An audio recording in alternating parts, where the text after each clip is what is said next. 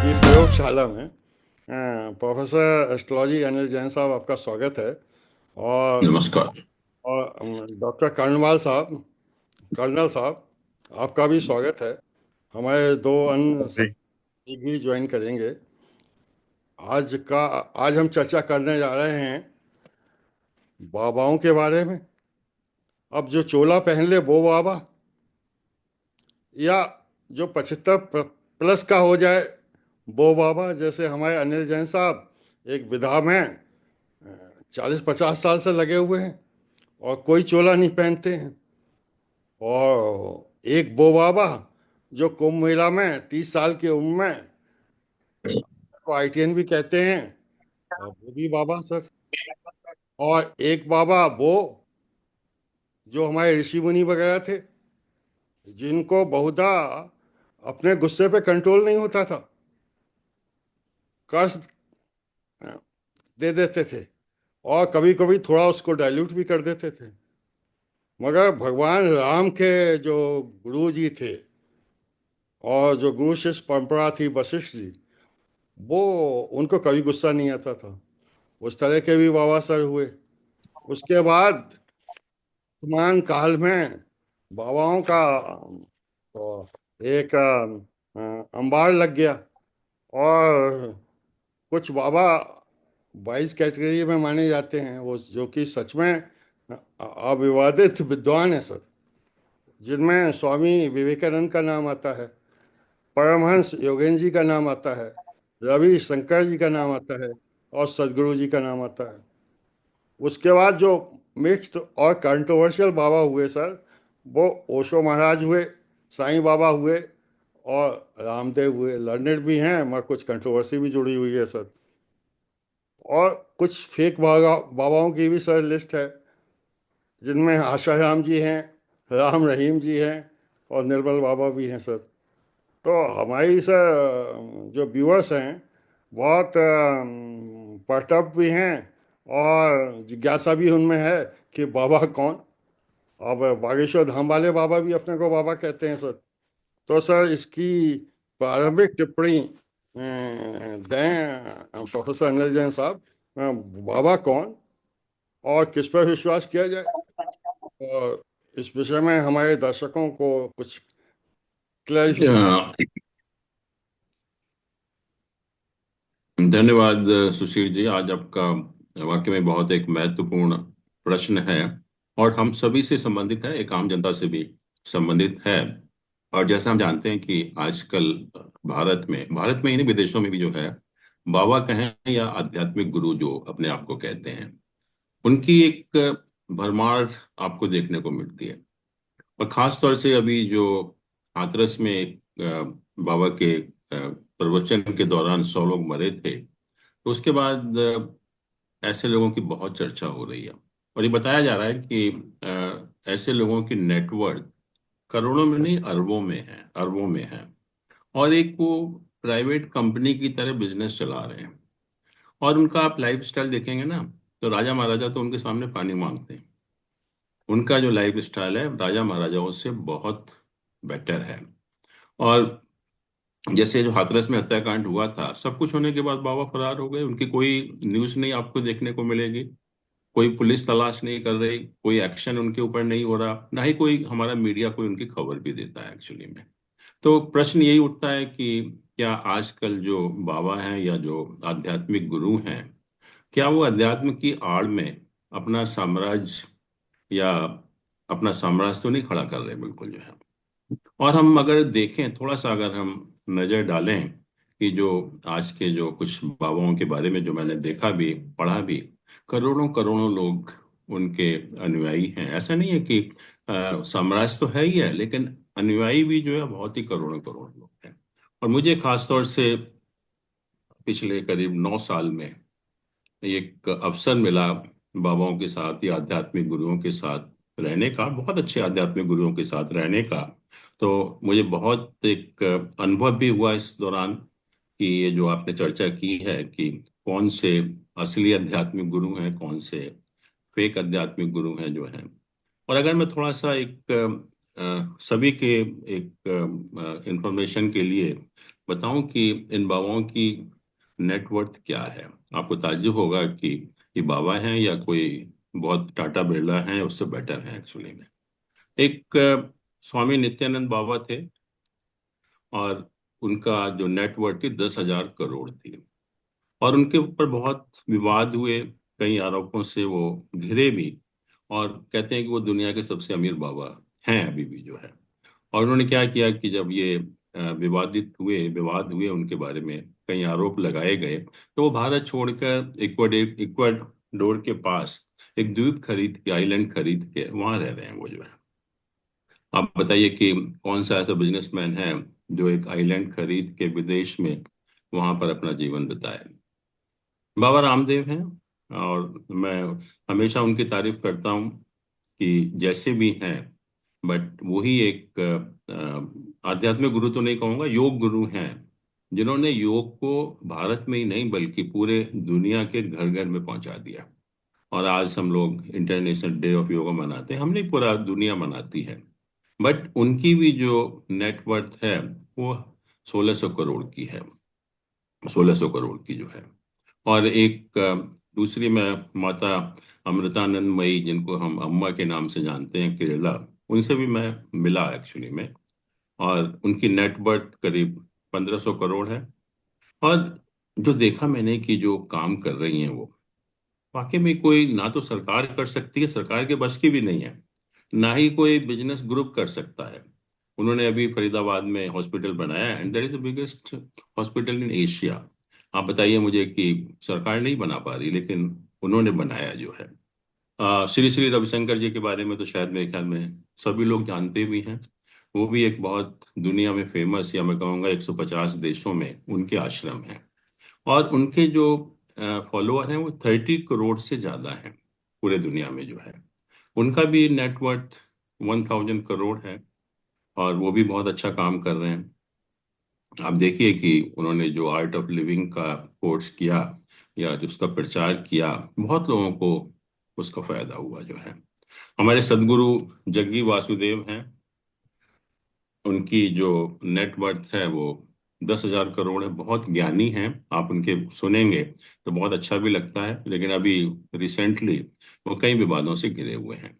और खास तौर से कहते हैं कि उनको बहुत महंगी गाड़ी चलाने का बहुत शौक है एक्चुअली में। तो उनके पास बहुत सारी लग्जरी गाड़ियां हैं, लेकिन काम भी अच्छा कर रहे हैं। तो सामाजिक काम है या एनवायरमेंट प्रोटेक्शन का काम है, वो ऐसा काम कर रहे हैं कि शायद किसी और की बस की बात नहीं है।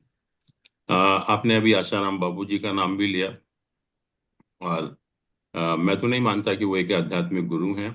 ना ही उनकी क्वालिफिकेशन, ना ही कोई नॉलेज, ना ही कोई बैकग्राउंड। बट उनकी भी जो नेटवर्थ है वो 350 करोड़ है। और भारत में कहते हैं कि उनके 350 आश्रम भी हैं। और जैसा हम जानते हैं कि वो एक दुष्कर्म के मामले में आजकल जेल में हैं। मुरारी बापू हैं। उनको भी मैं आध्यात्मिक गुरु नहीं मानता। वो एक कथावाचक हैं बेसिकली जो है। और आपको ताज्जुब होगा कि उनकी एनुअल इनकम कितनी है। आप सोच सकते हैं कि राम कथा सुनाने से उनकी जो एनुअल इनकम है 300 करोड़ की, एनुअल इनकम है 300 करोड़ की जो है। और कहते हैं कि वो भी काफी दान वगैरह करते हैं, बट एनुअल इनकम उनकी 300 करोड़ है। बाबा बागेश्वर या धीरेन्द्र शास्त्री का नाम तो हम सभी जानते हैं। 24 घंटे उनको हम टीवी पर देखते हैं। और मैं कुछ नहीं कह सकता उनके बारे में कि वो आध्यात्मिक गुरु हैं या कोई नॉलेज है या शास्त्रों के ज्ञाता हैं। लेकिन दिन भर हम उनको टीवी पर देखते हैं, दिन भर टीवी पर देखते हैं। और उनकी जो नेटवर्थ है वो भी करीब कहते हैं 9 करोड़ है। और निर्मल बाबा के बारे में भी हम लोग सभी जानते थे। और कुछ वर्ष पहले तक हम 24 घंटे उनको टीवी पर देखते थे, 24 घंटे मीडिया उनको दिखाता था। और किस तरह के जो आध्यात्मिक गुरु तो खैर दूर दूर तक नहीं है वो, लेकिन किस तरह से प्रश्नों का उत्तर देते थे। और कितने लोग उनके पास जाते थे। और पढ़े लिखे लोग, क्योंकि गरीब आदमी तो इतना पैसा दे भी नहीं सकता जो उनका जो पेमेंट कर सके जो है। सब पढ़े लिखे लोग जाते थे। किसी को गोलगप्पे खा लो, किसी को समोसे खा लो, और उसी से उनका इलाज करते रहते थे। उन्हीं से उनकी कृपा जो है वो बनी रहती थी जो है। और उनका पता है क्या टर्नओवर था? एक साल में 238 करोड़ रुपीस, 238 करोड़। जो एक पढ़ा लिखा या कोई एक बहुत टाटा बिरला भी नहीं कमा सकता जो है। लेकिन ये तो अनपढ़ आदमी है पूरे के पूरे जो है। बाबा राम रहीम की चर्चा की आपने भी, उनके बारे में भी हम लोग बहुत सुन चुके हैं, और उनकी संपत्ति भी करीब 1500 करोड़ की है। और अभी जैसा जानते हैं हम, शोषण और हत्या के मामले में आजकल वो जेल में हैं। और ऐसे बाबा हैं जिनका सरकार भी फेवर करती है। जैसे ही कोई इलेक्शन होता है या पैरोल मिलना जेल से, किस आदमी को, किस एक साधारण व्यक्ति को 8-10 बार पैरोल मिल सकता है एक साल में? लेकिन इनको हर महीने पैरोल मिल जाता है, क्योंकि सरकार की कृपा है इनके ऊपर जो है। सत्य साईं बाबा की भी आपने बात की, और 40,000 करोड़ का टर्नओवर है उनका, नेटवर्थ 40,000 करोड़ का। और कहते हैं जब उनकी डेथ हुई थी 2011 में, उनके कमरे से 98 किलो सोना मिला था। और बाकी चीजें तो मिली थी, लेकिन 98 किलो सोना मिला था। और इसी हमारे क्रम में राधे माँ भी हैं। वो भी एक आध्यात्मिक गुरु लोग कहते हैं उनकी जो है। और कहते हैं कि उनको भी बहुत लग्जरी गाड़ीज में बैठने का बहुत शौक है, बहुत ऐशो आराम से रहती हैं, और बहुत ही एक लग्जरियस लाइफ जो है वो जीती हैं। तो बाबाओं की जीवन शैली के बारे में बहुत चर्चा होती है।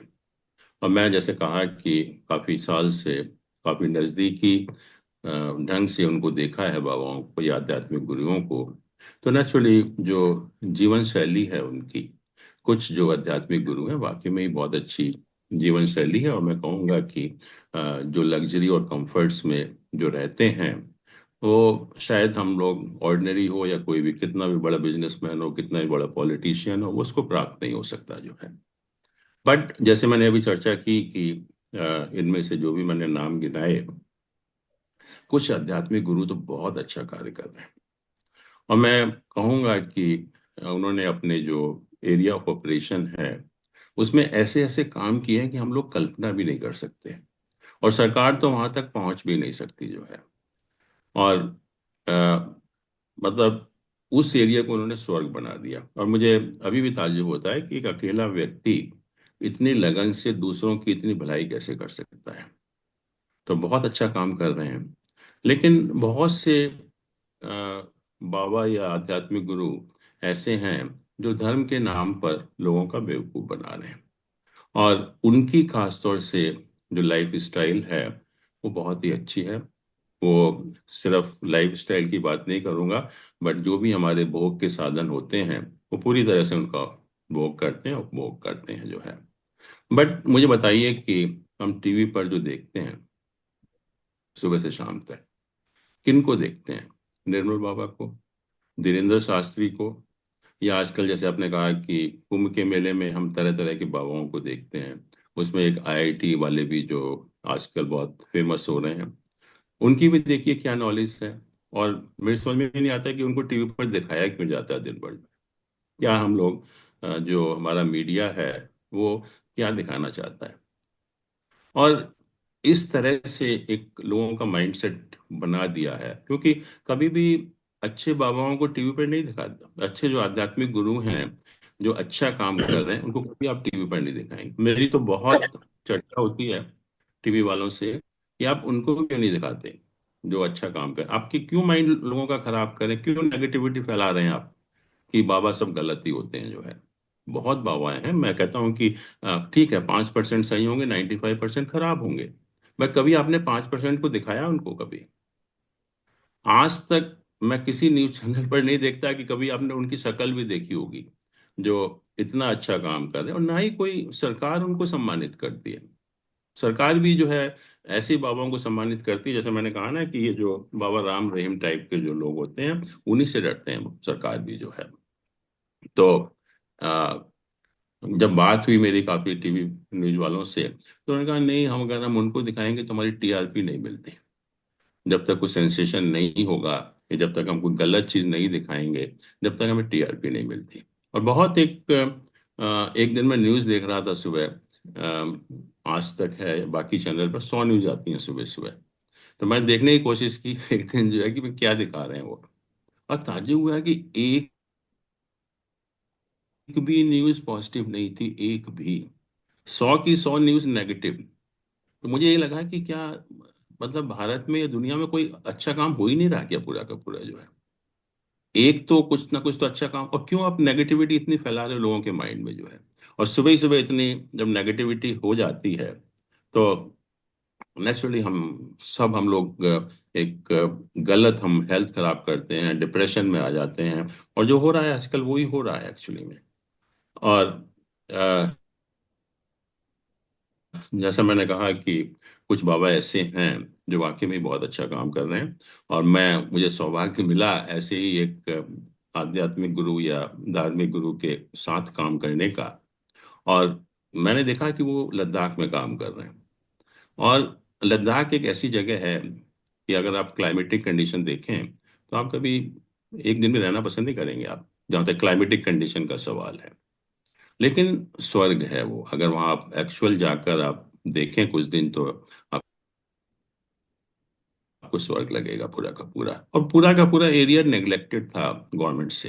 पहले जम्मू एंड कश्मीर का पार्ट था, और जम्मू एंड कश्मीर गवर्नमेंट ने उसको पूरी तरह से नेग्लेक्ट किया हुआ था। और सारे ट्राइबल लोग रहते हैं, बहुत गरीब लोग हैं। और पूरा हमारा जो पाकिस्तान बॉर्डर है, चाइना बॉर्डर है, उससे कनेक्टेड है पूरा का पूरा जो है।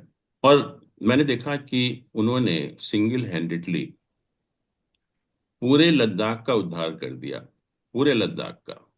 और सारे बच्चों को निशुल्क पढ़ाना, सारी जनता को क्वालिटी हेल्थ सर्विस प्रोवाइड करना, और हर तरह से उनकी केयर करना। ये मेरे ख्याल में कोई मुझे नहीं लगता किसी कोई व्यक्ति कर सकता है, एक साधारण व्यक्ति कर सकता है या किसी को संभव भी है, लेकिन कर रहे हैं।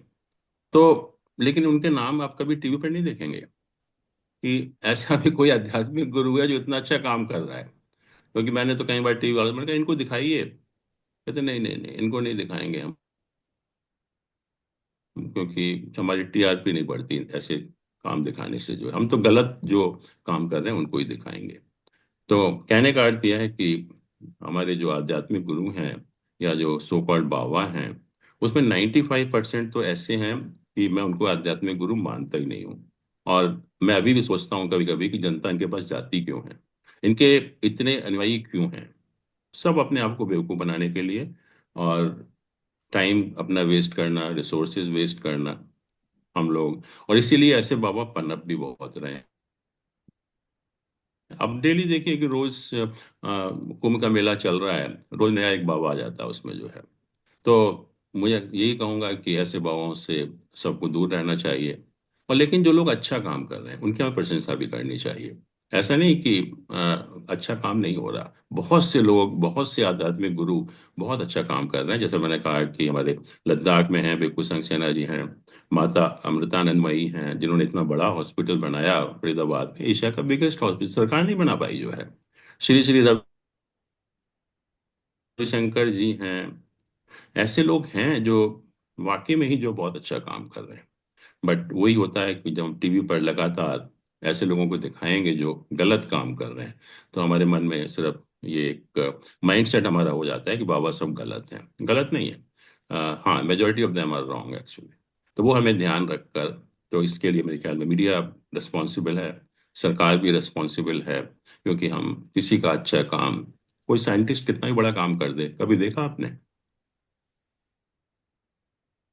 एक बाबा को उल्टा सीधा काम कर दे तो 24 घंटे टीवी पर चलता है वो। एक कोई गाना गा ले सिंगल, वो दिन भर टीवी पर चलता रहेगा। बट कोई साइंटिस्ट है या कोई अच्छा काम करने वाला व्यक्ति कभी आपने टीवी पर नहीं देखा होगा जो है। तो मीडिया हमारा इतना खराब हो चुका है, और सरकार भी कोई ध्यान नहीं देती। तो इसलिए हम लोग सब भ्रमित रहते हैं, सब परेशान रहते हैं। ये मेरा कहने का अर्थ है जी।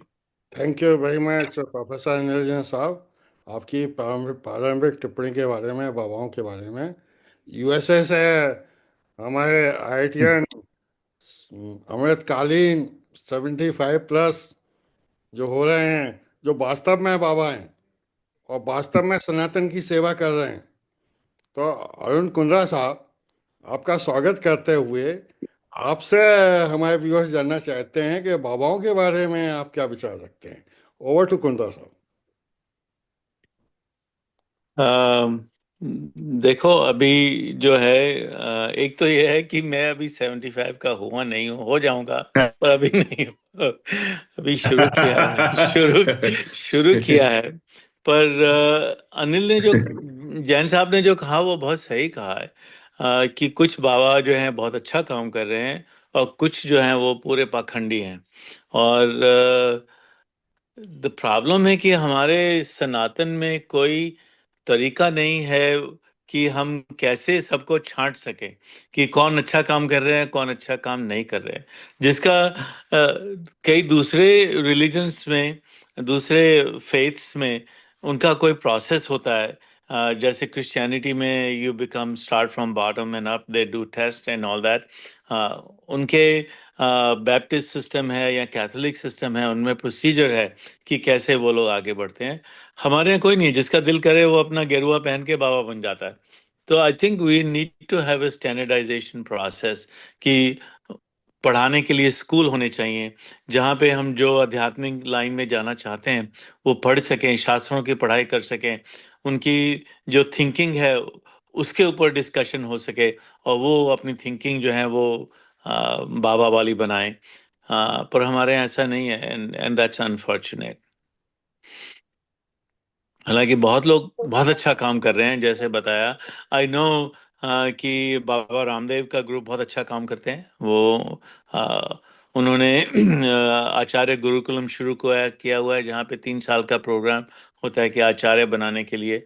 और आर्य समाज में भी बहुत जगह ऐसे हैं जो पढ़ाते हैं, हम लोग वेदों की पढ़ाई कराते हैं, and then they are, they are tested on that, and then they become प्रचारक्स and all that.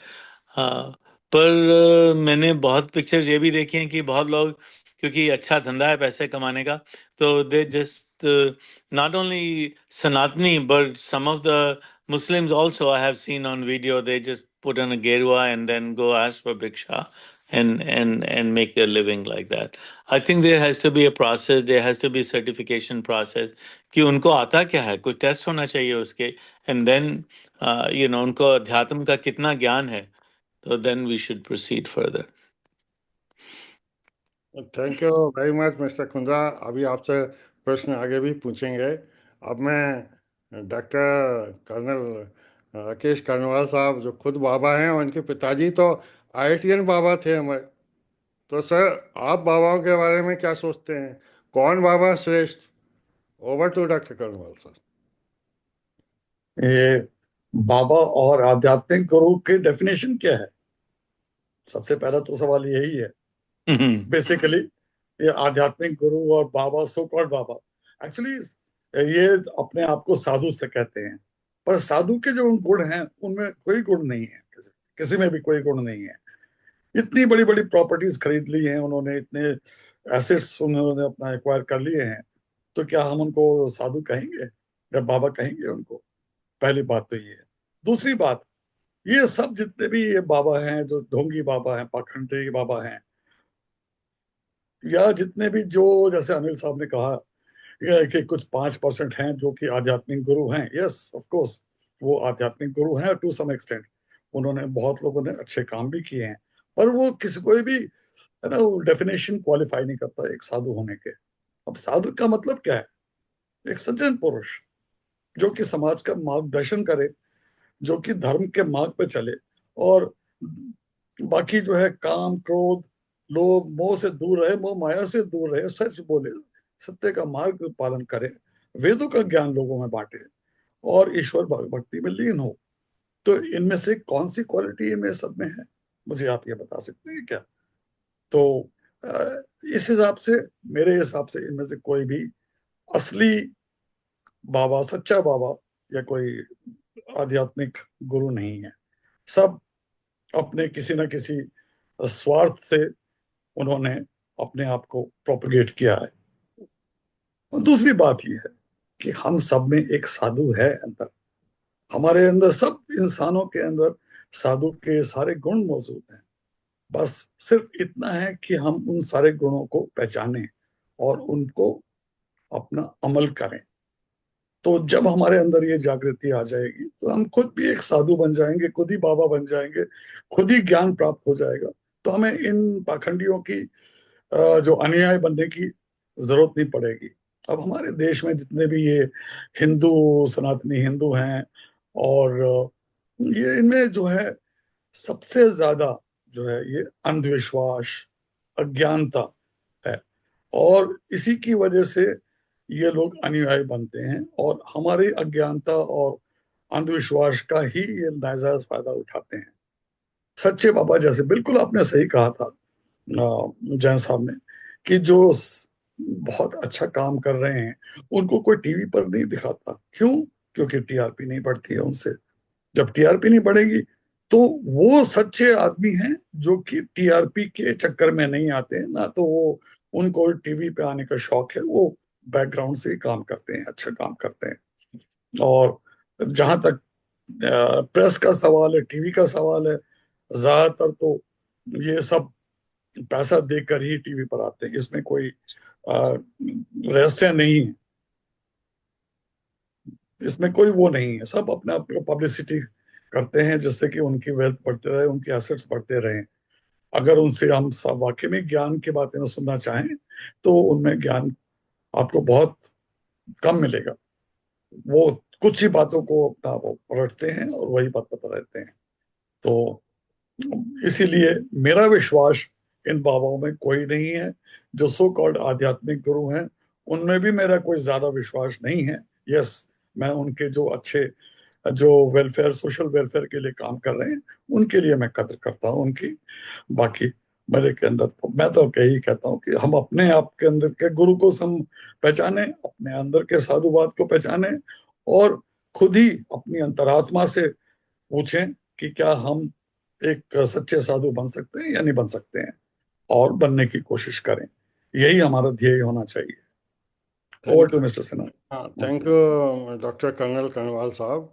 अब मैं एक दूसरे 75 जो अमृतकाल की तरफ अग्रसर हो रहे हैं, वास्तविक आईआईटीएन बाबा की ओर, जो वास्तव में भी बाबा हैं और इन मन से भी शुद्ध हैं, राजेश उबराय साहब की तरफ मुखातिब होना चाहूँगा। और राजेश उबराय जी, मैं आपसे जानना चाहूँगा कि आपको ईर्ष्या नहीं होती कि आप इतनी उम्र के बाद भी इतने पॉपुलर नहीं हो सकते जितना वो 30 साल का आईटीएन हो गया? और उसमें क्या विशेषता थी? हमारे चैनल में क्या अज्ञानता है? जो बाबाओं के लेक्चर्स हैं, मगर हमारी तो अभी 1000 सब्सक्राइबर नहीं हुए, हमारी फॉलोइंग नहीं है, हम लोग की फॉलोइंग नहीं है सर। तो आयुष कुमार जी, आप महाभारती मंच को कुछ गुरु मंत्र दीजिए कि हमारे बाबाओं को कैसे सुना जाए sir. Over to Rajesh Kumar ji. बाबा बनने की और हमको इतना ज्यादा नाम कमाने की कोई इच्छा नहीं है, जरूरत क्या है। और हमको आज तक कोई बाबा मिला भी नहीं कि जिसको हम फॉलो कर सके। यार अच्छे काम करो, जैसे जैन साहब बताया करते हैं, दान दक्षिणा करो, खुश रहो भैया। क्या जरूरत है किसी से कुछ सीखने की? अपने आप सीख सकते हो सब कुछ, सब कुछ तुम्हारे अंदर ही है, जैसे अभी कर्नल साहब ने बताया। तो मस्त रहो यार, बाबा आओ के चक्कर में क्यों पड़ रहे हो? और तुमको अपना यार इतना क्या चाहिए आपने, तुमको चैनल चलाने के लिए जितना चल रहा है मस्त रहो। जिसको अच्छा लगे देखेगा, जिसको अच्छा लगेगा नहीं देखेगा। तो तुम भी एकदम टीवी की तरह मत बनो कि अपना बढ़ाना है सब कुछ, कुछ मत बढ़ाओ, बस मस्त रहो। ठीक है। अच्छा, यार क्यों थैंक यू। बाबा के चक्कर में पड़ना है तुमको? Thank you very much Ayush Kumar ji. मैं जाते जाते ये तो बता दीजिए कि कौन सा श्रेष्ठतम बाबा है जिससे आप प्रभावित हुए, भूत में भविष्य में, यस। इसके बारे में। सुधीर जी मैंने बहुत सारे आश्रम अटेंड किए हैं इधर उधर के। मुझे सबसे बड़ा लगा एक बिहार स्कूल ऑफ योगा। हम रामदेव जी गए, गए एक दो और भी गए देखते। दे आर रियली आपको योगा सिखाते हैं, रियली मेडिटेशन सिखाते हैं, and they not do not charge any money. And they have written very very good books also. तुमने नाम सुना होगा शिवानंद जी का शायद, जैन साहब आपने सुना होगा। हम्म। तो ऐसे हैं, पर उनका आपने कहीं नाम मतलब कोई पब्लिसिटी नहीं है, कुछ नहीं है। ओवराय साहब, सबसे बट फेक बाबा कौन है? यही बता दीजिए हमारे दर्शकों को, आपके हिसाब से सबसे क्या? बड़ा, सबसे बड़ा फेक बाबा वर्तमान में कौन है इसको भी डिस्क्लोज कर दीजिए आपके अनुभव के आधार पर। सबसे ज्यादा फेक बाबा यार, सारे ही बाबा फेक हैं यार, अब सबसे बड़ा क्या चुनोगे? बड़ा छोटा क्या होता है? मुझे तो एक भी बाबा ठीक नहीं मिला। जैन साहब ने बताया ना कि जो लद्दाख वाले जो हैं वो बुद्धिस्ट हैं, वो भी हिंदू नहीं है। बुद्धिस्ट भी तो हिंदू होते हैं। हिंदुओं में आपको कोई बाबा ठीक नहीं दिखा अभी तक मुझे ज्यादा। क्यों जैन साहब? I don't think so. I disagree with you, Rajesh. Hindus में भी बहुत अच्छा काम कर रहे हैं। कर स्वामीनारायण रहे हैं, संस्था पर नहीं, जो फेमस लोग हैं उनमें कोई नहीं दिखा अभी तक। नहीं नहीं, नहीं नहीं, फेमस मैंने की कहा बात ना, नहीं श्री है। श्री रविशंकर जी का नाम बहुत अच्छा बताया, काम कर रहे हैं। माता अमृतानंदमयी का नाम बताया, जैन साहब, रामदेव जी का नाम रविशंकर जी भी बताया। कॉमर्शियलाइज कर चुके हैं अपने आप को। नहीं नहीं, ठीक है, नहीं मैंने कहा नहीं, ना कि कुछ अच्छे काम भी कर रहे हैं, मतलब ऐसे नहीं कि अच्छे काम नहीं किए, बहुत अच्छे काम किए। आप गए उसकी शरण में। दैट भी अच्छे देखो काम तो हमारे देखो, रामदेव जी भी कर रहे हैं, पर टोटल कॉमर्शियलाइजेशन। राजेश, ऐसा है कि कहीं से पैसे तो चाहिए अच्छा काम करने के लिए। अगर आप पैसे किसी से नहीं लोगे तो खर्च कहाँ से करोगे? जो लोग दे सकते हैं वो उनसे लेते हैं, और जो लोग नहीं दे सकते वो उनके ऊपर खर्च करते हैं। बाबा रामदेव के नाम पे, अपने नाम पे कुछ नहीं है, वो सब पतंजलि आश्रम के नाम पे है। और ऐसा वो नहीं है सर, अपने नाम पे अपना कुछ नाम सर पे उस कुछ नहीं। मुझे मुझे मालूम है बहुत अच्छी तरह से, क्योंकि मैं नहीं, बहुत। बहुत अच्छा काम किया है रामदेव ने भी। और योगा को जितना उन्होंने प्रमोट किया है किसी और ने प्रमोट नहीं किया है। Okay, if you look into that, कि जितना योगा को पॉपुलर रामदेव ने किया है, चाहे कुछ भी हो, पर स्वामीनारायण वाले बहुत अच्छा काम करते हैं। उनके कितने मंदिर हैं, और बहुत बड़े बड़े मंदिर हैं। आपका अक्षरधाम मंदिर कितना सुंदर है दिल्ली में, पर वो सेवा का काम भी बहुत करते हैं। मैं कहानी बताता हूँ। एक बार मैं गुजरात में गया था, यहाँ पे, तो एक ड्राइवर था, एयरपोर्ट के आया मुझे, तो ही वॉज ए मुस्लिम। तो बोलता है कि मेरी बेटी की जान स्वामीनारायण ने बचाई है, क्योंकि मैं उस बेटी के हार्ट में होल था, और वो उसको स्वामीनारायण के हॉस्पिटल में ले गया। उन्होंने फ्री ऑफ चार्ज उसका इलाज किया, कुछ नहीं चार्ज किया। और वो, यू नो, बिना देखे कि कौन से धर्म का है क्या है, वो लोग सेवा करते हैं। तो they are many like that. The problem is कि हमारा जो बॉलीवुड है, उसने पहले तो ब्राह्मणों का नाम खराब किया। अगर आप किसी मूवी में देख लो, ब्राह्मण को इतना बुरा दिखाया जाता है हर चीज पे, कि वो जैसे लूट रहे हैं लोगों को, और क्रूअल है एंड ऑल दैट। तो पहले तो ब्राह्मणों का नाम खराब किया, फिर उन्होंने हिंदुओं का बर्बाद किया, कि वो हिंदू पूजा करने से कुछ नहीं होता है, आप नमाज पढ़ोगे तो सब हो जाएगा उसमें। तो they have really distorted our mind. There are a lot of good people there. The problem is कि हमारे यहाँ कोई सिस्टम नहीं है कि हम जो बुरे लोग हैं उनको छांट सकें।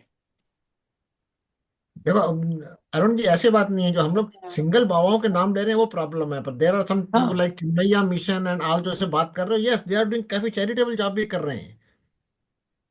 और विवेक, उन्होंने, if you look into it, कि उन्होंने ही सनातन को बचा के रखा है, नहीं तो सनातन खत्म हो गया होता।